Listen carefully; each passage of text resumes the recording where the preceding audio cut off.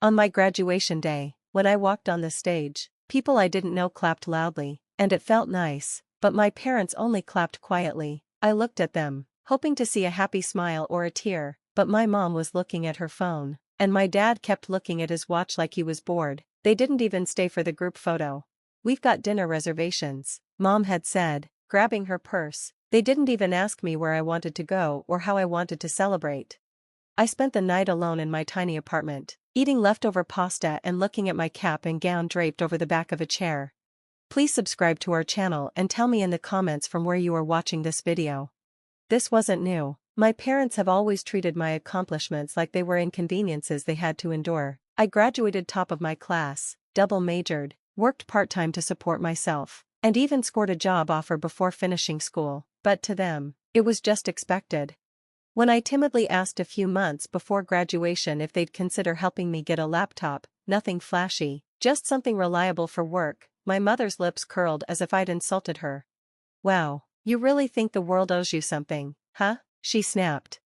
My father laughed and said, "Be grateful you even got through college without loans. You think life rewards you for doing what you're supposed to?"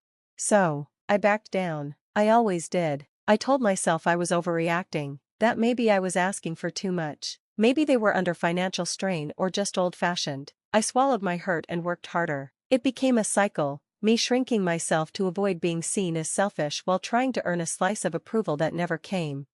Then came the real slap in the face. My younger brother, Nate, barely passed 10th grade. He had always been the fun one, the golden child, despite skipping classes, partying, and getting into trouble more times than I could count. And yet, when he passed with a D average, my parents threw a huge backyard celebration, balloons, cake, barbecue, even a DJ. I found out through Instagram stories posted by one of his friends. But the worst part? The brand new car parked in the driveway with a giant red bow on top, and Nate holding the keys like he just won the lottery. "Congrats, Nate, so proud of you," my mom's caption read, accompanied by 3 heart emojis. I stared at my phone screen, heart pounding, fingers trembling, not from jealousy, but from a deep bone-level sadness. All I asked for was a small gesture, something to say, "We see you," something to feel like I mattered as much as the son who crashed the family SUV last year and blamed it on a squirrel. I tried calling them, no answer. I texted, no reply. It was as if my existence was only relevant when it served a purpose for them, something they could boast about to their friends, but never support when it truly counted. I spent that night staring at the ceiling, wrestling with a truth I didn't want to face. I wasn't just less favored, I was invisible. And then something inside me shifted. I realized I had been asking for love in a language they never bothered to learn. I was chasing approval that came with conditions and shrinking my needs to avoid being labeled as difficult. But maybe I wasn't the selfish one after all. Maybe I was just done begging for breadcrumbs of affection. What they didn't know was that I'd been documenting everything, not in a dramatic way, but in little journals, notes, emails, even screenshots, every double standard, every time they showed up for him and not me, every memory that stung like a fresh paper cut. I didn't plan on using it, until now, because this story wasn't over, not yet. The night after Nate's car surprise, I didn't sleep much. I lay awake with my laptop open, scrolling through the years of proof I had quietly kept, messages from my mom canceling my birthday dinner to take Nate to a last-minute soccer game, photos from family vacations where I had been conveniently forgotten, and the email thread from when I got accepted into a summer research program abroad but had to decline because they wouldn't help cover the plane ticket, even though they bought Nate a drone just a week later. It was all there, years of erasure, polished and neatly time-stamped. But I didn't want revenge. I wanted clarity. I wanted them to finally see me, not as the high achiever who didn't need attention, not as the independent one who didn't ask for help. I wanted them to realize that I was still their daughter, still human, and still aching from being constantly pushed to the background. So, I wrote them a letter, not a rage-filled rant, but a heartbreakingly honest account of how their actions had made me feel invisible. I detailed everything, not to blame, but to show them the cumulative damage. I told them how I cried on graduation night, how I kept pretending I was fine, how I never asked for anything because I was afraid they'd call me ungrateful again. I attached photos of my achievements they never acknowledged, copies of awards they never knew I won, and even a picture of me standing alone at my graduation with the caption, "This is what proud looks like when no one's watching."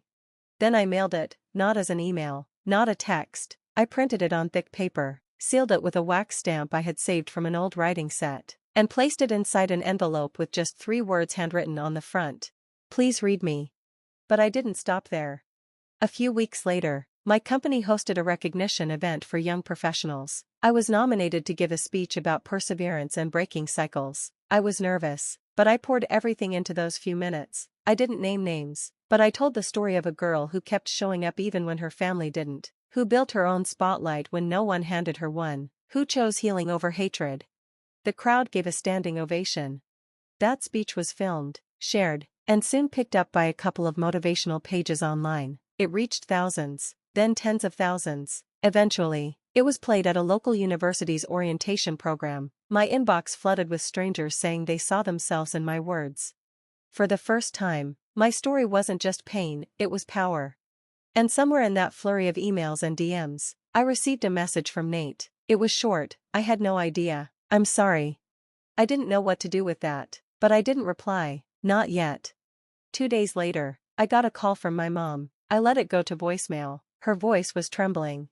We read your letter. I didn't know we hurt you so badly. I thought we were treating you like an adult, like someone who didn't need handholding. I see now how wrong we were. Please call me. But I didn't call, not right away, because it wasn't about giving them a chance to fix their guilt. It was about me realizing I didn't need their permission to heal. Still, weeks passed. Then one Sunday morning, while walking through the farmer's market in my new city, a little girl ran past me wearing a shirt that said, "Seen, heard, loved." It hit me in a way I wasn't prepared for. I sat on a bench staring at the words and thought maybe it was time not to forget, but to speak to be heard. So, I called my mom. We talked for over 2 hours. She cried, I cried. There were apologies, awkward pauses, and moments where we didn't know what to say, but for the first time, she listened. She didn't defend, she didn't explain away, she just heard me.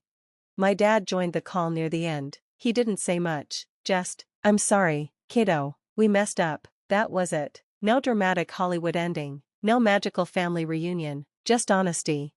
Months later, for my birthday, I received a package. Inside was a photo album labeled What We Missed. It held printed photos of every award I'd earned, every major moment for my social media they had overlooked. My parents had gone back and printed them out, filled pages with handwritten notes. "We should have been there. You made us proud even if we didn't say it." They still spoil Nate. They still fumble their way through showing affection, but something shifted. Now, they ask about my day, they tell me they're proud, and when I got promoted last month, they flew in for the weekend to celebrate, not because I asked them to, but because they wanted to. I don't expect everything to be perfect, but now, I don't make myself small anymore. I don't wait for my parents to clap to know I'm worth something. I clap for myself, loud and proud, and if they join in, it's just a nice extra, not the prize I used to chase for years. Because I finally learned that the strongest kind of love is the love you give yourself, and now, they can hear it too. Please subscribe to our channel and tell me in the comments where you are watching this video from.